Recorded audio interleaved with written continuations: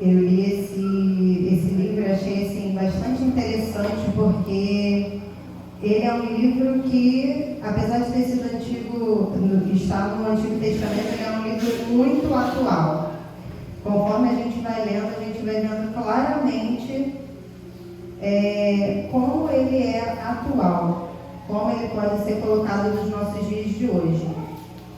Eu vou ler o capítulo 1. Palavra do Senhor que veio a Oséias, filho de Beeri, nos dias de Uzias, Jotão, Acás e Ezequias, reis de Judá, e nos dias de Jeroboão, filho de Joás, rei de Israel. O princípio da palavra do Senhor, por meio de Oséias. E o Senhor disse a Oséias: vai, toma para ti uma mulher de prostituições e filhos de prostituições, porque a terra cometeu grande prostituição, afastando-se do Senhor. Então ele foi e tomou Gome, filha de Diblaim, e ela concebeu e lhe deu um filho. E disse-lhe o Senhor: põe-lhe o nome de Jezreel, porque daqui a pouco vingarei o sangue de Jezreel sobre a casa de Jeú, e farei cessar o reino da casa de Israel. E naquele dia acontecerá que quebrarei o arco de Israel no vale de Jezreel. E ela concebeu novamente, e deu à luz uma filha. E Deus disse a ele: põe-lhe o nome de Lo-ruama, porque eu não mais terei misericórdia da casa de Israel, mas tudo lhe tirarei. Mas terei misericórdia da casa de Judá, e os salvarei pelo Senhor seu Deus, porquanto não os salvarei pelo arco, nem pela espada, nem pela batalha, por cavalos, nem por cavaleiros. Ora, depois de haver desmamado a Lo-ruama, ela concebeu e deu à luz a mais um filho. E disse Deus: põe-lhe o nome de Lo-ami, porque vós não sois meu povo, nem eu serei vosso Deus. Todavia, o número dos filhos de Israel será como a areia do mar, o qual não pode ser medido, nem contado. E acontecerá que, no lugar onde se lhes dizia: vós não sois meu povo, ali se lhes dirá: vós sois filhos do Deus vivo. Então, os filhos de Judá e os filhos de Israel juntos se congregarão e constituirão para si uma só cabeça, e subirão da terra, porque grande será o dia de Jezreel. Amém. Quando eu estava lendo esse texto, eu até estava estudando bastante, né, porque eu fiquei na dúvida se realmente essa história tinha acontecido com Oséias, e eu vi que sim, só que ela traz um símbolo muito profético para os dias atuais, porque a gente pode colocar claramente Oséias no lugar de Deus e a mulher adúltera que somos nós. Então, porque o que acontece? Durante os capítulos, essa mulher adúltera, ela vai embora com seus amantes, lá pelo capítulo 2 e 3. E Deus manda Oséias ir atrás dessa mulher, pagar as suas dívidas e retornar com a sua esposa e dedicar fidelidade a ela. Ou seja, quando eu li esse texto, claramente eu entendi o que o Senhor estava querendo falar, que quantas vezes o Senhor está ali cuidando, apoiando, Ele não nos abandona, mas nós nos tornamos como essa mulher adúltera. Nós voltamos, damos um passo para trás, nós retornamos para o nosso erro. E Deus está lá, estendendo a mão para a gente, falando: vamos voltar, não é esse o caminho, vamos voltar, muda, você precisa mudar. Ele enviou Jesus, né, para nos limpar, para nos salvar, e nós precisamos ter esse reconhecimento de que nós precisamos nos limpar, nós precisamos tirar todo esse pecado de nós. Deus, Ele tem sido como um marido fiel para com a sua igreja. Ele nos resgatou das trevas, fez uma aliança com o seu povo, só que infelizmente a gente acaba colocando coisas e pessoas como prioridade.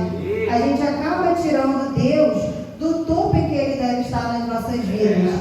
E mesmo assim, com toda a sua infinita misericórdia, Ele decide mais uma vez renovar a aliança com seu povo. Em Oséias 2,19, ele fala: eu te desposarei para sempre. Sim, eu te desposarei comigo em justiça, em juízo e em benignidade e em misericórdias. Eu te desposarei também em fidelidade e tu conhecerás ao Senhor. Irmãos, a graça, o amor e a compaixão de Deus são maiores do que o pecado que nós cometemos. Então nós precisamos nos limpar e nos esvaziar a cada dia e entender e entregar as nossas vidas, viver essa compaixão, essa graça e essa misericórdia. E entender também que não é porque Deus está sempre nos perdoando que nós devemos continuar mantendo os nossos hábitos. A gente precisa mudar os nossos hábitos, a gente precisa verdadeiramente ter uma mudança, uma mudança de mente. No capítulo 4, tem um versículo que é muito conhecido, que eu inclusive não sabia que ficava em Oséias, e eu sempre ouvi esse versículo dizendo assim: o meu povo perece por falta de conhecimento. Só que na minha Bíblia a minha versão fala: o meu povo é destruído por falta de conhecimento. Porque tu rejeitaste o conhecimento, também eu te rejeitarei, para que tu não sejas sacerdote diante de mim. Visto que te esqueceste da lei do teu Deus, também eu me esquecerei dos teus filhos. A Bíblia aqui está falando sobre essa falta de conhecimento. E o conhecimento, irmãos, não é só a gente vir aqui na casa do Senhor e ouvir. Tem até um versículo em Jó que fala, antes eu te conhecia só de ouvir falar, só que agora eu te vejo com os meus próprios olhos. E o que eu entendi dessa parte? Irmãos, a gente precisa entender que o conhecimento, ele vem junto com o relacionamento. Então, a gente precisa entender e conhecer. E a melhor forma de conhecer o Senhor, realmente nós temos que vir à casa do Senhor, temos que ter comunhão com os nossos irmãos.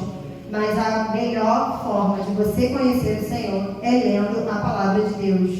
A gente precisa ter esse momento, sabe?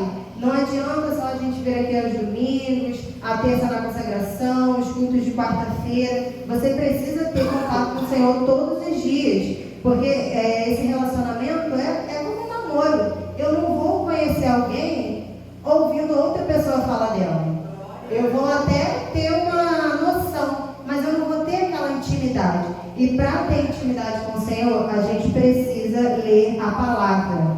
O conhecimento, ele transforma as nossas vidas. O conhecimento é que vai transformar a sua mente. É o conhecimento que vai trabalhar na sua mente, no seu coração, limpar tudo que não provém de ti. Às vezes a gente fica buscando em outros lugares revelação. Deus usa os profetas, mas todas as suas dúvidas, se você abrir a Bíblia, você vai encontrar a resposta. Só basta a gente ler, a gente buscar. Deus também fala em Oséias sobre as pessoas não obedecerem seus mandamentos, Estava tendo na época uma guerra de aliança política. E, irmãos, não adianta, a gente não pode confiar em alianças políticas. Não podemos depositar nossa confiança no homem. A gente precisa entender isso. Tem até um versículo em Salmos que fala que uns confiam em carros, outros em cavalos, mas nós confiamos na potente mão do Senhor. Então nós precisamos descansar o nosso coração. Nós precisamos entender que não podemos depositar nossa confiança em ninguém, a não ser em Deus. Precisamos entender que tudo que você coloca como prioridade, você está tirando Deus do topo. E assim como o irmão falou, o Espírito Santo, Deus, ele tem ciúme de nós. Então, às vezes a gente acaba perdendo algumas coisas, perdendo pessoas e situações, porque nós estamos colocando essas questões como prioridade na nossa vida. E nós precisamos sempre voltar ao primeiro amor. Precisamos entender que Deus precisamos entender isso, que Deus é o nosso amor. Nós precisamos ter fidelidade só com Ele. A graça dele é suficiente. Como o versículo fala, precisamos o quê? Buscar em primeiro lugar o reino de Deus. E as demais coisas vão ser acrescentadas no momento certo, na hora certa, na hora que nós vamos estar prontos. Nos capítulos finais, em Oséias 13, no versículo 9, ele fala novamente: ó Israel, tu destruíste a ti mesmo, mas em mim está a tua ajuda. Nós precisamos entregar as nossas causas na mão do Senhor. Precisamos entender que Ele tem misericórdia verdadeiramente de nós. Então nós precisamos abrir o nosso coração, precisamos tirar todos os sentimentos. A gente às vezes tem essa mania de guardar ressentimento, guardar rancor, guardar... Irmãos, esses sentimentos destroem você por dentro. Nós precisamos liberar perdão. Eu não sei se você guarda mágoa de alguém, se você guarda rancor. Irmão, trabalhe isso na sua mente. Libere o perdão. E lendo aqui o capítulo 14, que é o capítulo final, ele fala sobre o cuidado de Deus conosco, né? E ele diz assim: ó Israel, converte-te ao Senhor teu Deus, porque caíste pela tua iniquidade. Tomai convosco palavras e se converta ao Senhor. Diga para Ele: tira toda a iniquidade e nos receba graciosamente, e ofereceremos novilhos dos nossos lábios. A Assíria não nos salvará. Não iremos montados em cavalos, e já não diremos mais a obra das nossas mãos. Tu és o nosso Deus, porque em ti o órfão encontra misericórdia. Sararei as tuas feridas, os amarei voluntariamente, porque a minha ira se apartou dele.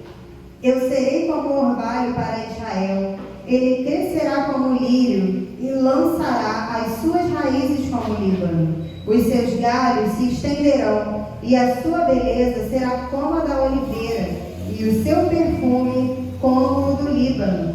Os que habitam debaixo da sua sombra retornarão, serão vivificados como grão, e crescerão como a videira. A sua fama será como o vinho do Líbano. Efraim dirá: que mais tenho eu com os ídolos? Eu o tenho ouvido e observado. Sou como o abeto verde, de mim é achado teu fruto. Quem é sábio para que entenda estas coisas? Quem é prudente para que as saibam? Porque os caminhos do Senhor são retos, e os justos andarão neles, mas os transgressores neles tropeçarão. Então, irmãos, o que eu quero deixar para a gente aqui hoje é que nós precisamos entender que Deus, Ele tem cuidado do seu povo. Ele tem um amor verdadeiramente de pai. Ele zela pelos seus filhos. Mesmo Israel se rebelando, Deus, com a sua infinita misericórdia, Ele lembra o seu povo. Se converte, se arrepende, queira mudança para poder estar comigo. E esse último versículo aqui é muito forte, porque os justos andarão nele, mas os transgressores vão tropeçar e vão cair. Então, nessa noite, que nós venhamos verdadeiramente servir de coração, com o espírito limpo, com a nossa alma limpa, com as nossas vestes e nosso coração rasgado para Deus, para que Ele venha nos encher e nos limpar a cada dia. Agradeço a minha oportunidade no nome de Jesus.